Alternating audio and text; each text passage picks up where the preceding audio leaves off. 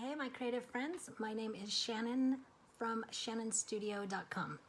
And I am here to talk about a creative life and to just help us see what a creative life looks like in one way. Hey, boyfriend. And to just see what might help us to become more creative. But on Sundays, the Sabbath day for me is I try to tie in creativity with spirituality and try to tie those two things in together. Hey, Trisha. And so, let's see, today, our Sunday, we had someone from Alan's work come over today, and that was nice to be able to have a little dinner and visiting. Hey, Deb. Hey, Jacob. So today, we are going to talk about, well, first off, Joseph was talking to me the other day, and he was talking about something, and I can't remember exactly what it was, a couple days ago, and he said something about consequence. And I'm like, what 6-year-old uses consequence? But he understands it because we've talked about it, and he goes, and I looked at him and I said, consequence? And he said, consequence. And I said, oh, so like if you do something kind for somebody and then you feel good in your heart. And he goes, yeah, that's a good consequence. I'm talking about a bad consequence. And then he went on, and I don't remember exactly what he said. But it makes me think of something that we believe in our church strongly, in the Church of Jesus Christ of Latter-day Saints. And I'm sure other people believe it too, but we teach this often. And it is the idea of agency. Everybody comes and has the opportunity to have agency. So to act for oneself, to choose the right to obey or disobey law, and then observe the consequence that comes from that. And this is a big deal. Agency is a huge deal. And anytime you take away somebody else's agency, that is problematic. It's immoral, actually. So the idea is that we need to understand agency and all the things that are wrapped around agency. And we're not going to do it in our 15 minutes here, but just to kind of talk about it a little bit. And it first off, it makes me think of our personal lives. There's a quote from The One Thing, Gary Keller. It's a good book. He says, extraordinary results are rarely happenstance. The extraordinary results come from choices we make and the actions we take. And that's kind of, a lot of times I think, on the one hand, that we think our lives are just happenstance. They just happen. They're just coincidence, they're fate, they're luck. And I think sometimes we trust in that happenstance idea too much. We think, they're just lucky, that would never happen for me. We don't understand the efforts that went into that. We just see that it is luck. And sometimes there is a luck of doing things enough that it puts you in the right places, the right times, that sort of thing. And it's perceived as luck, but I think that there's some residual consequences of the actions that put us in certain places.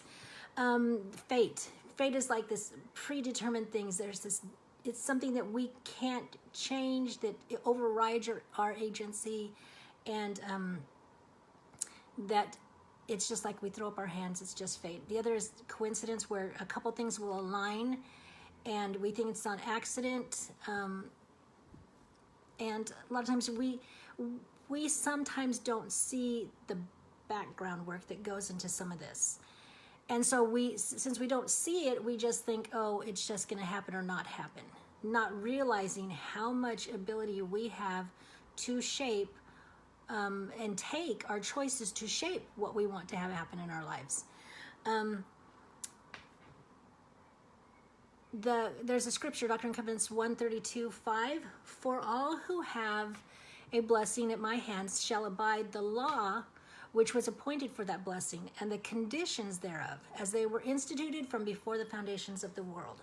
So what that's saying is that there are certain laws, and then there are certain blessings. There's certain conditions for the law that if you do those things, it's it's the outcome, it's the consequence, it's the observed consequence. We can't always control the consequences of things, but they're just there sometimes.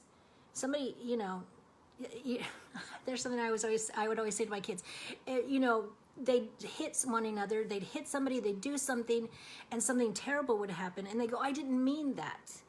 And I would say, you own what you started, meaning you didn't intend for that to happen, but because you swung at them, and because then they try to get away from you, they hit something else, or they knock their head on something, it was just the consequence. And so I would say, you own what you start. If you pull the punch, you own what happens afterwards. It's a consequence, and we can't always control those. So laws, and talking about eternal laws, because this is blessings, laws according to heaven. And I just listed a few that I could come up with, and I know there's more than this, but there's just a few. Okay, a law of the Sabbath. So the Sabbath is a law of putting aside our wants and desires in order to do and focus on the Lord and worship God. And at first, when I was young, I did not understand this. I saw it more as a restriction. But now as I'm older, it's like, it's like a whole reset. It's like it's a whole different thing when you can let go of everything else and know that I don't have to worry about this. This is not the day, the time, the place. This is a time where I can reconnect with God. So a law of the Sabbath, and from that comes certain blessings of rest and peace and being able to serve. So that's one law. Law of chastity, sexual abstinence before you're married and sexual fidelity after you're married. There's a certain confidence that comes from that, and a certain intimacy and bond that comes from that. So that's law of chastity. A law of the fast, where we, abstain from food for a certain amount of time. I think it helps us, for one, prioritize our desires. What do I put above myself and food? And that's a real quick way to see what we do put above. I'm going to shut my window for a minute. So the law of the fast, a law of tithing, and it kind of goes, a lot of times we'll go along with the law of the fast, because once we realize what we prioritize, but the law of tithing then we put our wealth, whether it's our resources or whatever it is, we put it toward helping others, and so that we give back to God, recognizing that He gives us blessings, and that really they're not our blessings, they're His. So it's like a payback. Law of consecration, it's where we voluntarily give our time, talents, and wealth, and give voluntarily to building up God's kingdom. And I just think if we practice consecration, not waiting for somebody else, but if we gave voluntarily, how different things would be. So those are certain laws that kind of, are decreed from heaven that we have. Doctrine and Covenants, 130, 20, 21 scriptures. There is a law irrevocably decreed in heaven before the foundations of this world. So irrevocably is that it can't be revoked. It can't be replaced. It can't be taken away. So there are laws that can't be taken away. They can't be revoked, decreed in heaven before the foundations of the world, upon which all blessings are predicated. So all blessings come from the affirmed law. They can't be revoked. Okay, and it goes on. And when we obtain any blessing from God, it is by obedience to that law upon which is predicated. So if you want certain blessings, then you practice the laws for that blessing. And that can be eternal laws, but it can also apply to earthly laws too. And so I'm going to throw this out because this is creativity. If you want a more creative life, there are certain, the law of creativity, if you will have certain things that you have to follow in order to get those blessings, get those outcomes, get those consequences of that law. So if you want to have a creative life, then you do creative things to give you the creative life. Now, in the whole idea of that we have agency, and we can't, what did I put down? Okay, Alma 29:4. I know that he granteth unto men according to their desire, whether it be unto death or unto life. He allotteth unto men, yea, decreeth unto them decrees which are unalterable according to their wills, whether they be unto salvation or unto destruction. So with agency comes the consequences, which sometimes there's casualties of those consequences. Sometimes people don't use their agency right. When we come to earth, we come with limited agency. We're kids, we're little, we're subject to our parents, and hopefully in that time frame we learn certain things from our parents, from the world around us, from our associates, from our own experiences, so that when we come to the point in time where we actually act on our own, that we have learned and discovered how to use our agency correctly. In an ideal world, that's what happens, but we don't live in an ideal world. So the idea is that, okay, well, God can take away the agency of some people. Well, it's not, it can't be revoked. It can't, because it's that important to give people that opportunity. And that's a tough thing to understand. It's, parents will revoke certain agency, but we know when kids get out on their own, they are going to be able to make their own choices. So we may revoke for a while, but in the process we have to get them to understand and teach them and have experiences for them so that they can understand it.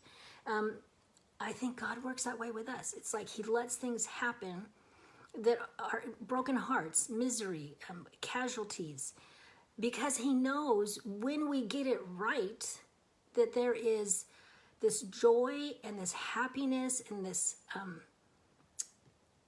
this becoming of us, that we are different and we change, and the overwhelming ecstasy, I don't know, in other words, just this, it comes from being able to use our power for good, and it changes us.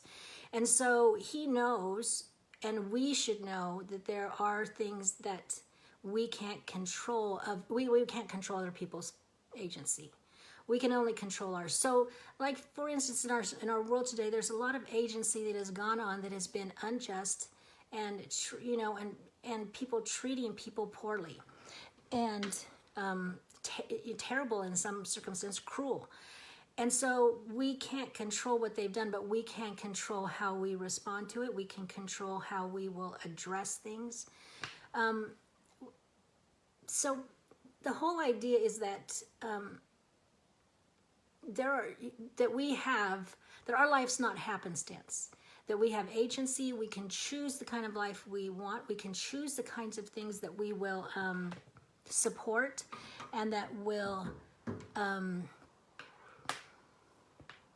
bring us the greatest happiness, and then by turn be good to other people and bring that up according to other people. So I think our lives, we need to look at what kind of lives do we want, what kind of laws give that kind of life, and then make choices to live those kinds of laws. And that, the idea that you have your own life to create, that's amazing. To have agency is amazing. And we know it's amazing because there are plenty of countries and plenty of places over the history of the world where they have not had their agency, that they have had governments and rulers or individuals take away their agency. And you have seen, and I have seen, it has caused great misery, and it just is usually this immoral action. I mean, yes, we have laws. I think we have laws in order to say, as a consensus, we believe that this is the best way to live life. And really, if we don't have some kind of laws, we can see oftentimes how it runs amok, where it just gets crazy. And there is no order, there is no way for people to progress in a positive way. And so I think we have these laws, and we determine these laws as a community, as a country, in order to facilitate the use of our agency to our fullest. So this is a great thing to discuss and talk about, and it's hard. It's hard when you see people suffering, when you see that. It's like, I know a lot of people say, well, why doesn't God just do this? And that wouldn't be an eternal principle. That would be a revocable law. That would be something where he just picks and chooses at his whim and doesn't give people a chance.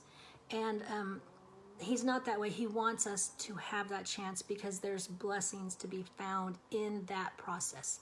So anyways, I just think our lives are not happenstance. We have more choice than for most of us in the places we live. We have so many choices and so many opportunities that I just don't think we should look at our lives as some kind of accidental thing, as some kind of fate or fluke or luck or anything like that, that we can just decide and be proactive in what we decide to do. So those are my thoughts tonight. And oh, hey, Allison. So I will say goodbye for tonight. And remember, you have a creative heartbeat, so listen for it. Bye.